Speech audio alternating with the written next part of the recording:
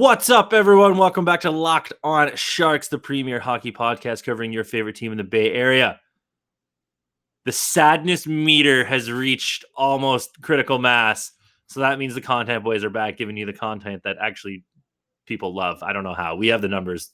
We see what you like, and it's little boys. And we're back with another prospect profile. And we brought on another expert, one that was on last year, hasn't been on yet again this year. So we'll talk prospect. We'll do the usual stuff that we talk about, and we'll give you another profile. We are excited about this one. The Find Eklund a friend. This could be friend. This could be the key friend. This one is the key friend, and with James Reimer exploding into dust, he could be in range. So let's get to it.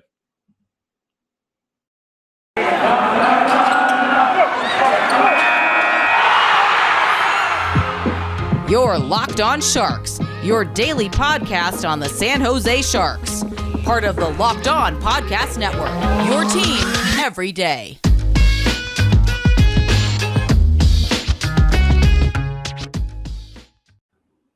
I'm your host, Kyle Demetrius, back with me as always is co-host JD, the high floor, low ceiling D prospect to my raw tools winger. Your toolsy, yeah. Toolsy, but no toolbox winger. No, I have some of the toolbox. I'm like Nikolai Goldobin. Yeah.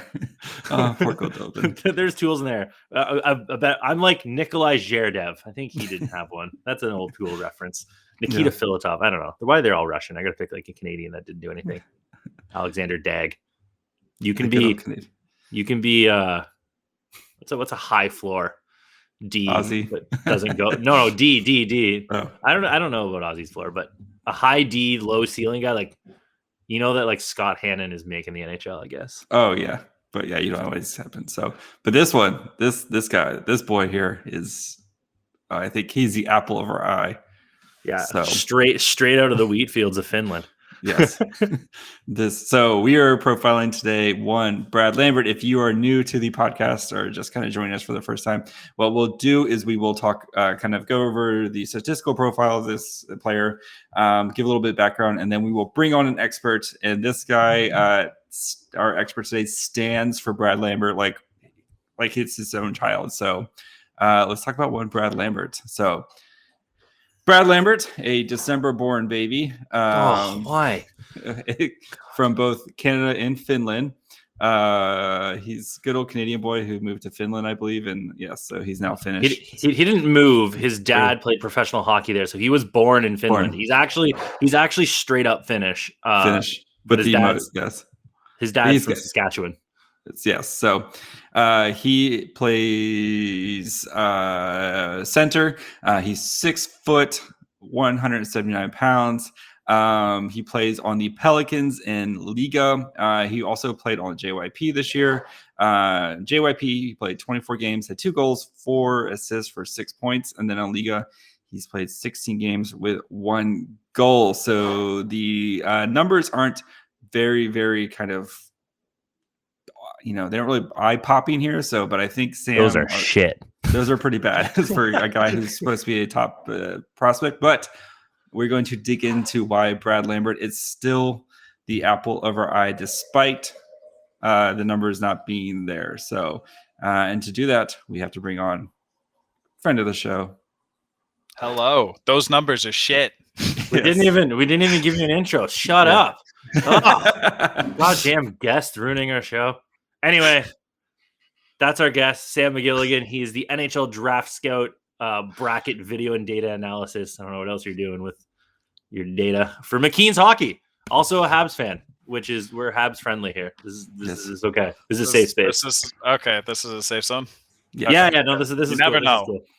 No, it's an easily hateable fan base. I understand. It's just. I am French Canadian. Goals, well then perfect. Who cares what anyone else thinks? Well, most people. I grew up in Ontario. Same.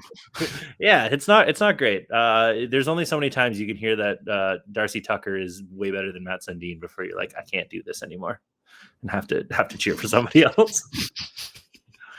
Yeah, okay, that's a good point. All right, so I don't know why Leafs fans hated Matt Sundin, but I did. So anyway. Why did they hate Nylander? Hello. Why is Brad Lambert a walking god amongst boys. In your own words before the show.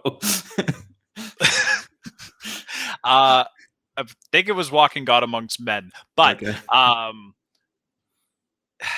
where to begin with him? To start, when a man loves a woman. I think the most important thing to realize with Lambert right out the bat is that he is the most controversial top prospect I've ever seen. And in my limited sample of doing this, which is now only like 3 drafts of really being as into it and doing it to the extent that I am and spending the amount of time on it, but there's someone with this much talent, and the opinions range from near first overall to the end of the first round in a draft that is just filled with chaos. And it makes no sense. Brad Lambert, in my opinion, is absolutely amazing. He is one of, if not the most skilled dynamic player in this draft. He's up there with just about anybody in the last few years, outside of a select few, coming off the top of my head, guys like Marco Rossi or William Eklund. Yeah. Why did you lead with Marco Rossi? Because I love Marco Rossi, and I was thinking chronologically. But he is sensational in every way. He is also extremely flawed. There are a lot of criticisms against him that are of legitimate merit. I just think there are issues that are easily resolvable. And I think there's little clues and details in his play that indicate this, but it's super hard to pick up on because I didn't see it at first. And his teams are just not good. Is that nitpicking though? Like if you didn't notice them at first, also Pelicans is a hilarious name for a Finnish league team. Just full stop. But like if you didn't notice them at first and then you had to be told and then went back and looked at them. No one told me. Like I figured you noticed? it out. Okay. Yeah, I was that nitpicky though? Watching. No, because it's legitimate. Like it's a legitimate problem. Like he was a legitimate problem with JYP at times. Like I don't think that's an understatement. My theory was less about that he's not a problem and more of like, okay, well, I don't know what you're expecting because I think just about any draft eligible prospect is going to be a problem in this situation, especially one of his talent. Like I think what was the issue? The issue is that he was literally levels above the rest of his team, but I'm not actually kidding when I say this. Like people are saying that he has low intelligence, that he is a selfish player, which at times is absolutely true. That part. That he is just kind of like a mess behind the ear or a mess between the ears and you can't like figure it out with him and it's all talent, nothing else. And I just like Will's track data on him, like the scouting data is hilarious. Like it doesn't exist if you're dumb. It's not possible. That is the Liga. That is a top 5 professional league in the world. And he is a draft eligible player and he's completing offensive transitions with control at a hilarious extent. Like 80% of his transition attempts work. Like his passing percentage is above 80% on one of the highest volumes in the draft. Like the combination of volume and efficiency is just like, it does not exist if you're dumb. And it does not exist if you're just so talented because I think the big issue is just the fact that he plays and creates offense a certain way. And if he's not playing in that structure and then you're not playing in that environment, it's not going to work. There are teams who could draft Brad Lambert and he will not turn into anything. Buffalo, San Jose Ottawa. is not one of them. Like Ottawa is an example of a team that I don't know would fully be able to capitalize on him. San Jose, I don't think is going to be one of these teams, especially since you guys like identify prospects like of this type all the time and draft them. Okay, hold on. I want to key on. We're getting there. Yes. Everybody loves a comparison, but we also like money, and we need to sell some money to the people. Sell them more money. So, is it gambling today? Is it gambling? It is gambling. Yeah. Yes. So football might be over, but basketball's in full swing with pro and college hoops. March Madness is right around the corner, and if you want to make some money, there's no better place than betonline.net. It's got all the odds, totals, player performance props to where the next coach will be fired. BetOnline.net is the number one spot for your sports betting needs. BetOnline remains the best spot for your sports scores, podcasts, and news this season. It's not just basketball. BetOnline's got you covered for hockey, boxing, UFC, crazy other sports like cricket. Or if you want to bet on Liga, if you want to bet on Brad Lambert, you can go do that over at betonline.net. So head to their website today. Use your mobile device to learn more about the trends in action. BetOnline, where the game starts. Okay, now you said San Jose identifies players like this all the time. Not all the time, but players like you've seen San Jose recognizes Yeah. what players who play with skill, who play with speed, but not just do it for the sake of doing it. Do it to attack space, open space, play in space. Like that is the direction that the best NHL teams are already doing this. Like this is how Tampa Bay has won 2 cups in a row. They know exactly how to expand and contract space.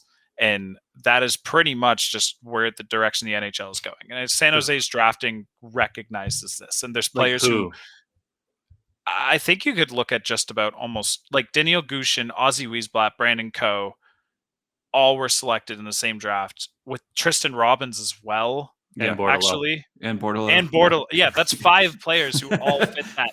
But they fit it in different ways. It's not just they recognize players who can fit in the type of team they want to build in various different roles. Like Brandon Coe is more of a big power. Yeah, he's a big, beefy power forward guy, but he's a modern addition of something like that, one who can still play in a system like this and make the most of his abilities. So I think that if they draft Brad Lambert, they know exactly what they have. Like they have, okay, this guy is hilarious with the puck. He is true world-class talent. Like he joins the NHL and they're like, oh, he skates like that. Okay, shit. That's a problem right away. Like some of the escapes I've seen this guy do with just his feet. It's like, how did you even do that? Like he doesn't even try and deceive the opponent. Like he can, don't get me wrong. Like the deception's not an issue there. But there are just times where I see him and he's just like, you know what, this guy couldn't do anything to me if he wanted to. And then he just changes direction and blows by him, and the guy reads it and reacts perfectly, and it still doesn't matter because he's the anti-Slavkovsky. It's just like he's hilarious. The passes, some of the ones that I've seen him do and through transition are just like insane, and that's part of the Brad Lambert discussion and like what's so hard to read with him. When I was watching a lot of film for the piece, a common trend I kept spotting was there's a lot of people who are upset with him when play is away from the puck or when he's away from the puck in the defensive zone, like he's on the weak side or something, and he's so inactive. He just sits there. Sometimes he like kind of skates around, and it feels like it's with a purpose, but then it leads to nothing, and you're just like, what the hell? And this took me a lot of games. Like I've watched so much more Brad Lambert this year than anybody else. I've watched the same game. I've even gone back to the point where I've watched the same game multiple times because I had a different thought approach and I wanted to see if it was still true back then. It was some of it was. He's lazing around and his movement looks weird, but the entire defense on his team is playing weird. There's no cohesion there. They're just 5 guys moving around. So he looks around, he sees the ice, he scans, and then he moves. And then he's in a spot that means absolutely nothing. But then I look at it and I'll rewind the play and I'll see he's in a spot where, okay, he thinks play is going to go this way. He thinks this guy is going to cut that guy off. The space will be here and Lambert's moving in ahead, but that guy doesn't make the play. So he just goes around the board. Now Lambert's sitting in the middle of the ice, and where the dangerous pass is going to come from, he can't really contest it. He could if he read it fast enough. That's an actual flaw. Like sometimes he just misreads shit. Like he's not perfect defensively by any means. There are flaws here. So you think he's trying to anticipate the play, but just the players around him just aren't high enough quality, or the system isn't where it needs to be? I think that's what it is, because the second he leaves the defensive zone, the way he anticipates play, it's like, no, he is right. Everyone else is wrong. Like it's just obvious. Like he's moving through windows of space all of the time, and it's uncontested. It's not his fault that he's not being identified. I don't know. Like you can't blame him for that. Yeah. Every draft, there's a couple of prospects who people can't get a proper read on, myself included. This has happened tons of times. And Who are some examples? I think one of them is Cole Caulfield. It's easy for me to say that it's one of the first ones, but Caulfield is one of those players that every single time he goes up a level, it seems like he just fits in naturally. Everyone was shitting on him this year, but the second St. Louis takes over, it's like, nope, he's back to normal. So maybe not playing on the fourth line. But yeah, you'd think, right? Put players in an environment they succeed in, and holy shit, that might work. So with Lambert, though, really quick, we talked about his numbers. I mean, I know numbers aren't everything, but at some point you still have to, your job is to score and put the puck in the net. And is this something to be worried about? Or you think maybe when he's around better players or NHL caliber players, you'll see these numbers improve? I think you will. I do think you will. He's creating more dangerous passes than and actually like completing them, getting them to the recipient more than Joakim Kamel, more than a lot of the other top prospects in European leagues. He's doing it. It's just, it's not going in the net. Sometimes you get unlucky stretches. His PDO this season is as low as you could expect from a prospect. I haven't looked what it is recently, but when I was writing the article for Lambert, it was 85. Regular PDO averaging just like a regular player who's not benefiting from a lot of luck or a bad luck stretch is around 100, and he's at 85. That is a monstrous. I know I'm just saying numbers right now, but that is like a really unlucky stretch. Like, you can't do anything about that. That is just yikes. That's pretty unfortunate. If you see some of the passes he creates and you see some of the chances, and there's times where I'm watching it, I'm like, well, he's beat the guy who's blocking the lane. If someone's there, that's like older. He can make the pass. Like, it's right there. And I know how when you move up the pro hockey ladder, you're worried about players who won't be able to identify those places, or players who make passes like that regularly, but their projection behind it is just like yeesh. But when they're clearly identifying it and they're looking there and they can make the pass, and you've seen them make it when guys are there, and you can't expect them to do anything if they're not there. Like some of the off puck movement I've seen from his line mates, I'm just like, guys, are you trying to stay in the middle of all of the defensemen? Like, what are you doing? Like, he can only skate around the perimeter forever until he decides to get bored. And this is the biggest problem. So I think he is just officially snapped, and is just like, he reached a point this season very early, which, I mean, you can critique it. It's probably worth criticism, but he reached a point very early in the year where he was just like, yep, I gave the puck to this guy, and then I got back open, and then he wrapped it around the boards, and then F3 wasn't anywhere around him, so he couldn't get the puck back, and now they have a 3-on-2 coming back the other way. And this is the 7th time this has happened, and it's still the first period. So I am going to just start taking the puck and going.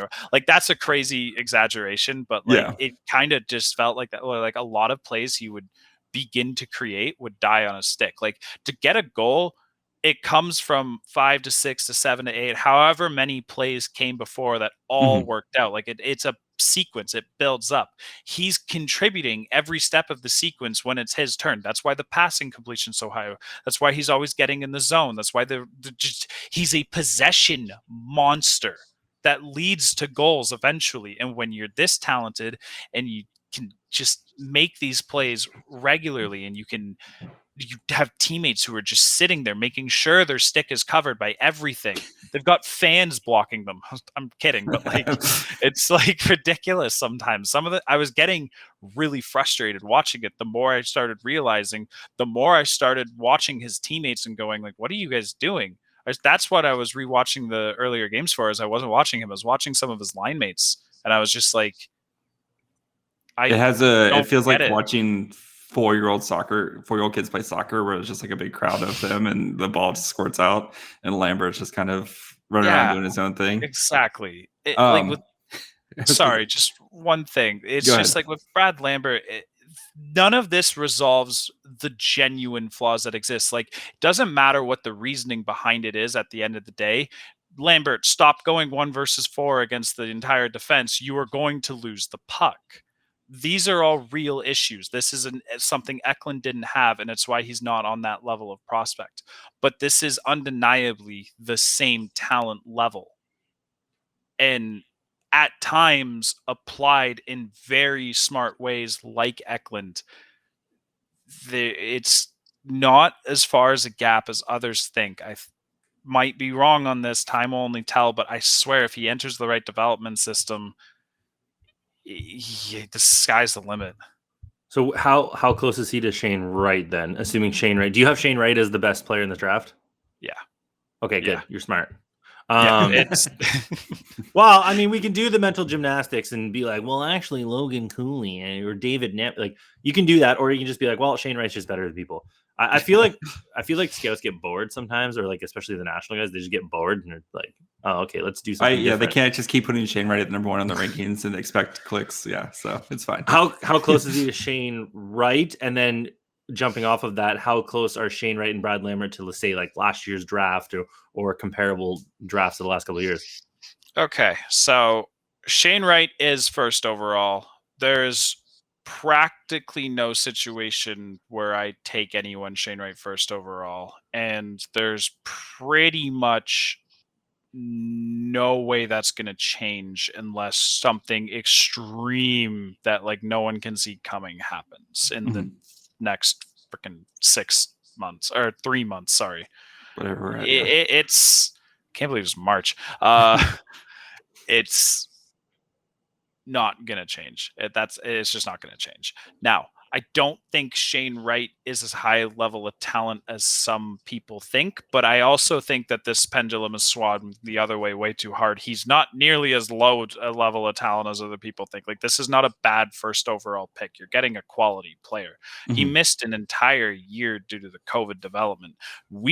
Anyone who is just saying like, well, it can't be that. We just don't know. We don't know. Yeah. Stop acting like you know. You don't, unless you speak to the players. I haven't. I don't know. But I can easily imagine that if I was 17 years old and I was spent a year off of like Call of Duty, I would have came back like crap forever. And this is something of like the stakes of this is just so high I can't comprehend them. I can't speak for why Shane Wright had a slump to the start of the year. What I can say though is that he started the season and still is, actually. This is just the player he is. He's just not the guy he was at 15 years old, but it's not a bad thing. 15-year-old Shane Wright was hilarious. He showed up in the OHL and he was just doing stuff that there's a reason why the 22 draft had the hype and why he had the hype, because he was legitimately fantastic that year. He is now Shane Wright, but this is how I'm going to play in the NHL next year, but I'm just going to do it in junior year early to show everybody that I can do it almost. It's like, it's so mature and responsible and just like, he's going to be a better NHLer than he is D-1 guy. Yeah, I actually think that could be. I mean, there'll be an adjustment period. The scoring won't reflect it at first, but like, it's like he's listened to all the complaints and just is like, you know what, guys, I can score, right? And is just doing stuff now, and some of it is just hilarious. Like it really is. Like the talent level there is undeniably number one. That is the best shot in the draft. It's not really a discussion. I don't actually know. It's just not a discussion. I can't think of anyone else who's like he's got one of the most ridiculous releases I've ever seen on a prospect. Like that thing is going to score. That's a laser. And it's just his timing windows when he shoots is even better than a shot. Like he's fine. So how close is Lambert to him? Or is Lambert 3-4 prospects back? No, Lambert's number 2 for me. But I mean, I do think Cooley's in that same tier. I have them all listed on the same tier as my rankings. But if you're asking me if I think there's a consideration, I'd take either of them. But right, no, and that's probably deserving of a tier break. So I'm probably going to think about that after the podcast is done, now that I'm saying it out loud. So it's Cooley and Lambert in that second tier? Yeah. And that's it, probably? Yeah, and then the rest of the draft can start at 4, and that's when everyone can be like, oh, crap, this draft isn't as good as we thought. The top 3 is still, in my opinion, really good, because I'm extremely optimistic about what Brad Lambert can be. So I do see a top 6 center there. Like, that's what I see. I don't, like, if I draft him and I'm the team, if I'm in charge of the team that drafts him, I am consulting and hiring everybody on the planet that will work well with him to turn him into what he can be, because that is a true all-star first line, like sky's the limit type of player. Like if you could take Matt Barzal second overall in a weak draft, do you say no? No, Probably they should have taken not. Matt Barzal 9 in a good draft. Yeah, like they neglected Matt not Barzal to. yeah, that like part of me keeps just thinking like, I wonder if this is Barzal all over again, but even harder to recognize, because most people recognize Barzal as good in falling, but this is hard to appreciate. Wow. And he's Barzal fell because no NHL team employs a doctor, and we're like, whoa, he hurt his knee. Must be damaged. Oh goods. yeah, We're not you're right. Yeah, he was Seattle totally Thunderbirds. He blew out his knee, and every NHL team was like, ooh, knee injuries. Like dudes don't have knee injuries every year. It was absolutely bizarre. How would 2015 was the first draft I actually started like following, and that's what got me down this path. So my memory with that one's off. I remember that because I really wanted San Jose to take Barzal at 9, and they took Timo Meier, and I was like, who the hell is Timo Meier? So if you take Brad Lambert and put him in last year's draft, you got Matty Beniers, Owen Power, Eklund, a lot of other guys that should have went behind Eklund. How about that Simon Edvinsson? Where does Brad Lambert kind of fit in? I think I'll go with the low end. I think last year, knowing my rankings, I think I'd be suiting Lambert in at 5th at the lowest, and all the way up to second, likely 3rd. So who are those? Eklund guys? Was first, and Beniers was second, and I don't know if I'd take Lambert above either of them. That's okay. And do you have Wallstedt? Did you have Wallstedt in your rankings, or you just don't do goalies? No, Wallstedt. I don't do goalies, but I had Wallstedt in my rankings. Like, that's how insane he was. And the other one would be Luke Hughes. But Lambert over Hughes or Wallstedt's a conversation that we can have. Like, I'm not going to sit there and fight that one too much. You definitely wouldn't take Kent Johnson over Brad Lambert.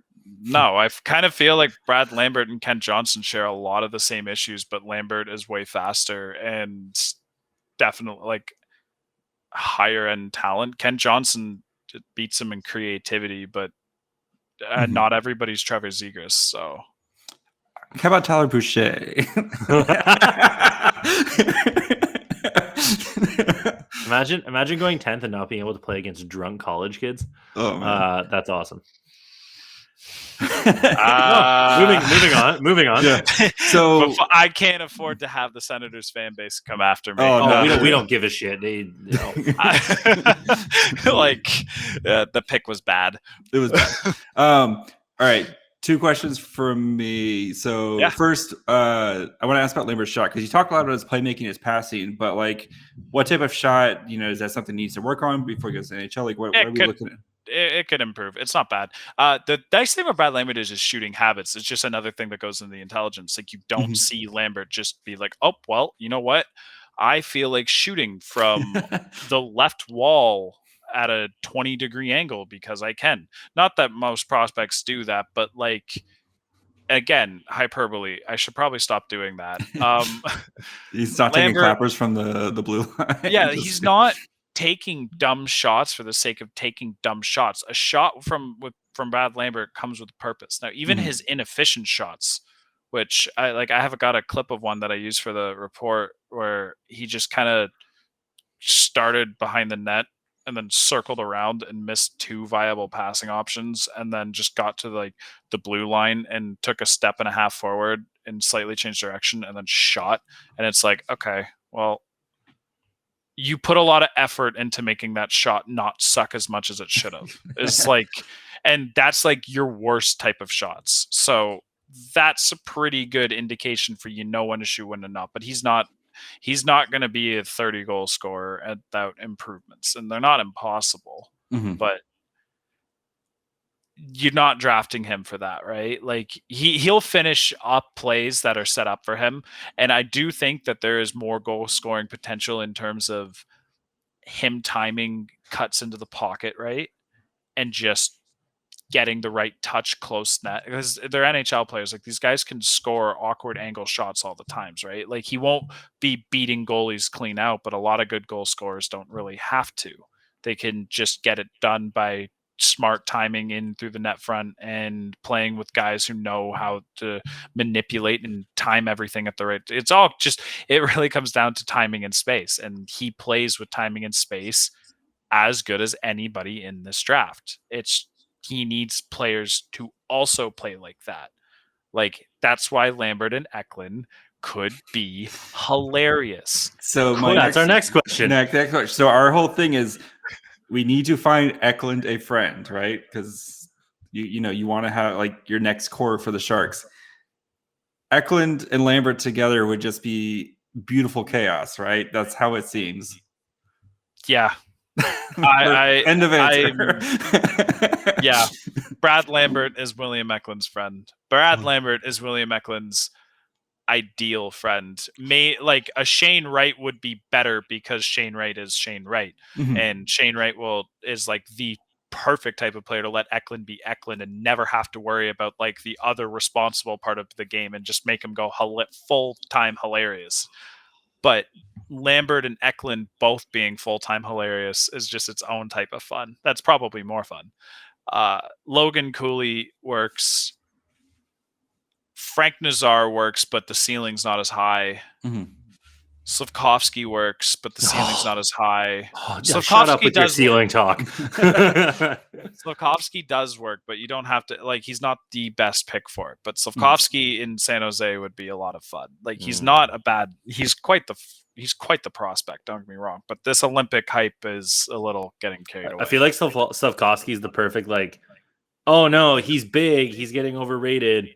But then he's going to get to the NHL and be like, yeah, I'm big and sweet, and turns into an awesome. Oh, no, he's sweet. Like, he's like modern power forward, the epiphany of it, because that's what I fell for the trap, especially because my first two viewings of Slavkovsky were not good for Slavkovsky. And then I found it was a sample thing because the next 5 were just like hilarious. I haven't watched him recently, like at all. I only watched like in detail. I've seen his Olympic games in passing, but like I watched what I did see of the Olympics, I was like, good. Yeah, it was. But what I saw the Olympics, I was just like, well, this quality of competition is fine. Like, it's not bad. I'm not going to trash it or anything. It's just we don't have any other prospects to compare it to. And like another guy who went high last year, Mason McTavish, also had a great turn. It's just like, it feels like I think like any high end prospect would have showed up, done well. His points kind of suffer from the Kamel thing. Like, if you watch all of his points, you just immediately go, well, 5 of those or like half of those you can just discount as that. You can't consistently create that at all. And there was 2 that were just like amazing, where I was just like, okay, yep, that's Slavkovsky right there. Like, that's what I want from him. There was a tournament that shows that he absolutely is worthy of the top 5 discussion, like confirmed it to a lot of people. They're going to get him at like 10. You're gonna not get him at 10. He's gonna go like 2 or 3. People said that William Eklund would be at 7, and look where we are now. So, never say never. There is a difference. William Eklund rules. Well, yes, William Eklund rules in the type of way that tends to sometimes be undervalued. Like, there's a market inefficiency there with the NHL. Whereas, like, Slavkovsky is 6'4". Slavkovsky is 6'4", has hands like butter and tight.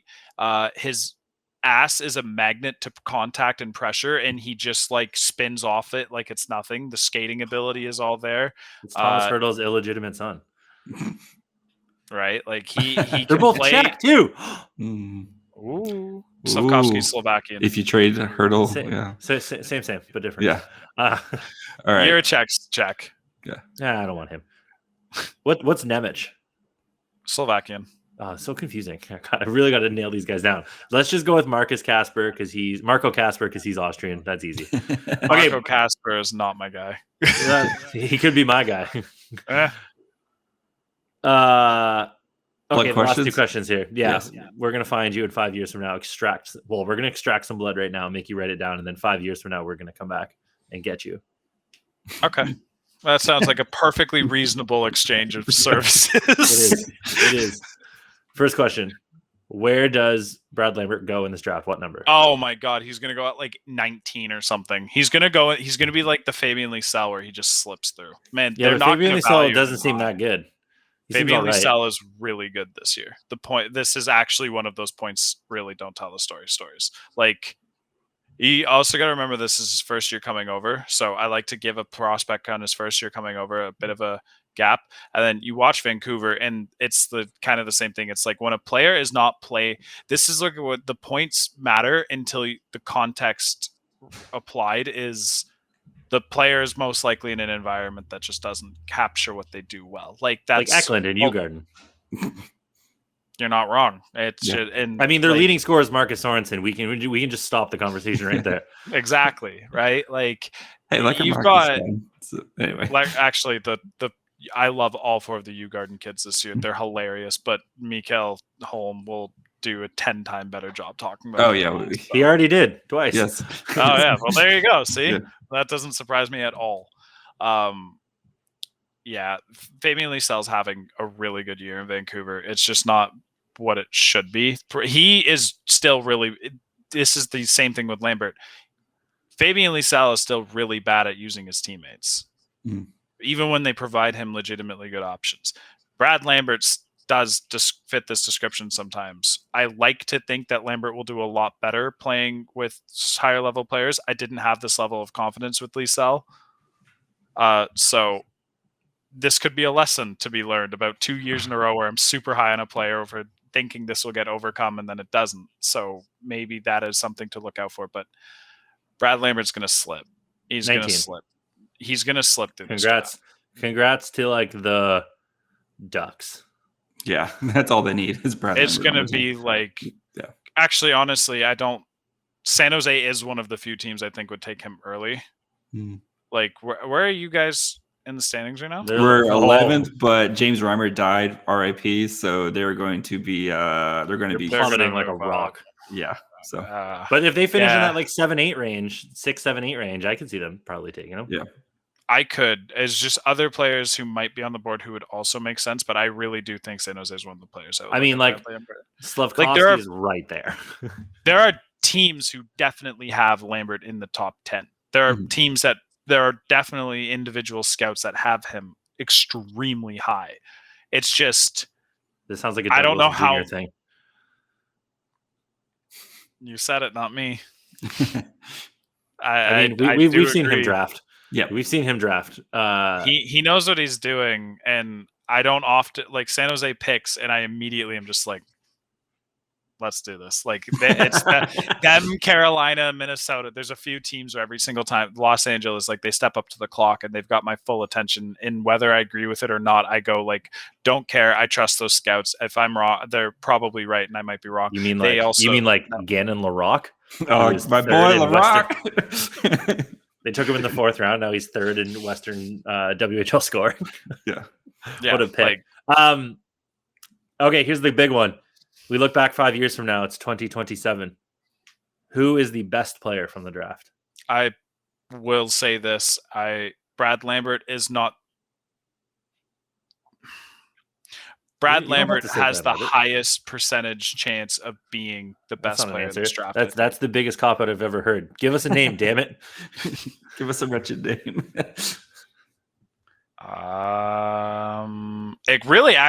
Okay. I'll give you 3: Shane Wright, Brad Lambert, David Jiricek. If I had to pick one, well, Brad Lambert then. And I'm not actually saying that because this is the episode I came up on. No, very rarely does the person get picked that the episode that they're on. Yeah, very rarely. Like I actually and truly believe he has the highest chance of being the best player. There you go. The range of outcomes is larger, and he's got a bigger bust percentage than a few of the names after him. Like Logan Cooley could be that name, but Logan Cooley's also way safer. Like you could take Logan Cooley 2nd, and you probably made the smart decision. Like that's better than me having Lambert at 2, likely. But not the fun decision. Exactly. And fun is what wins. Exactly. Look at Nikita Kucherov and Stamkos and Hedman and Sergachev and all those guys. Yeah. Even Andre Palat's fun. Like, let's be real. Yeah. Great in point. Okay, Sam, where can people find you? What are you up to these days? Okay, what am I up to these days? So I am with the McKeen's video team with Mr. William Scouch and Mr. Greg Rivak, and we have a ton of 2022 draft content that we are coming out with very, very soon. I'm working with McKeen's as well. I have recently started a new series, the Let's Have a Conversation. The first piece was Brad Lambert, and it was extremely long, and it wasn't supposed to be that long, but it turned out that way, and I couldn't get rid of it. And I was like, screw it. I'll just learn the lesson for the next one. The next one's on Ivan Marashnishenko, and it's not that long. It will be coming out within the next 2 weeks. You'll have to wait and see. That's coming out in probably 2 weeks or so. I've got 6 pieces that I've been working on for my Substack. So that's sammcgilligan.substack.com. 6 pieces that I've been working on. They're not that long. They're just they keep writing more, and then the concept changes, and then it turns into what it is now. And they will be coming out once a week, probably starting this Sunday, but likely the next Sunday. And I think that is it for everything I'm working on. Substack, video team. Yeah, that's it. What's your Twitter? That's it for now. Oh, Twitter is Sam. Every time someone asks me this, I have to check to see if there's an Sam_McGilligan. It's Sam_McGilligan. It's been on the Sam _McGilligan. Oh, there you go. See, I'm blind. Why am I a scout? You just got to look at those spreadsheets, baby. That's all it takes. Exactly. That's all that matters. McGilligan is McGilligan. You can find us Twitter, Facebook, Instagram, Locked On Sharks. You know the brand. We're there. We're doing our thing, being brandy. If you want to interact with us, please do. I will say that the James Reimer Good Morning Post, where he's with Chubbs and the alligator and Abe Lincoln, was all JD's idea, 100%. Good job by you. It was a collaborative effort. So yeah, I just found the picture on the internet. But anyway, if you want to interact with, talk to us, if you want to let us know a prospect, please do. Yes, we have some still lined up. Please don't suggest geeky. And I'll just say it right now, please don't suggest Gleb Trikazov. We know, we're aware of Gleb Trikazov. We're doing Gleb Trikazov. We don't need 400 suggestions to do Gleb Trikazov. We know. Have you guys done Gleb Trikazov yet? When are you guys doing Shane Wright? So actually, we don't have anything lined up for Shane Wright. So you can suggest Shane Wright. Scouch got dibs on doing all of the weird fun prospects. So he started with Seamus Casey, and now he's doing Gleb Trikazov next. Of course, he's doing Gleb. He's like the founder of the Gleb hype train, as far as it's also to be fair, he can do whatever he wants because he was the one that was like William Eklund is the guy, and spent 3 months coming on the show being like, I'm stroking it to William Eklund, please, and then said he was going to buy a William Eklund jersey if they drafted him.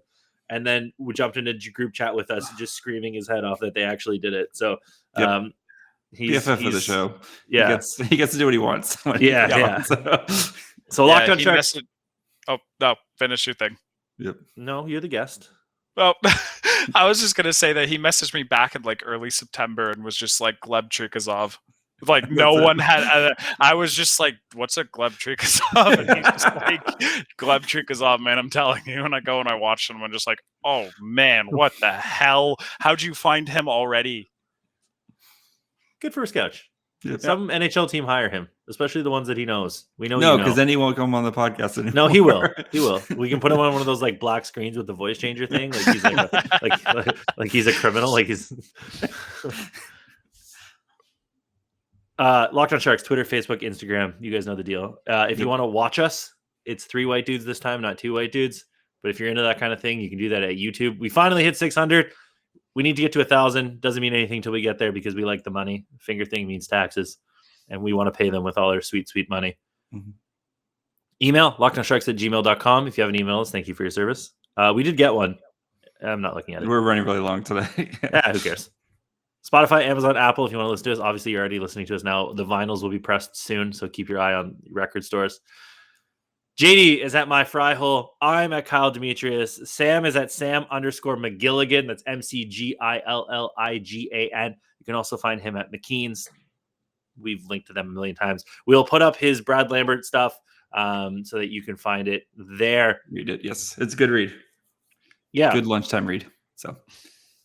Thank you guys for making us your first listen. Go check out any of the other amazing Locked On podcasts, like Locked On Fantasy Hockey, Locked On NHL Now, et cetera, et cetera. Go check out Locked On Bulldogs.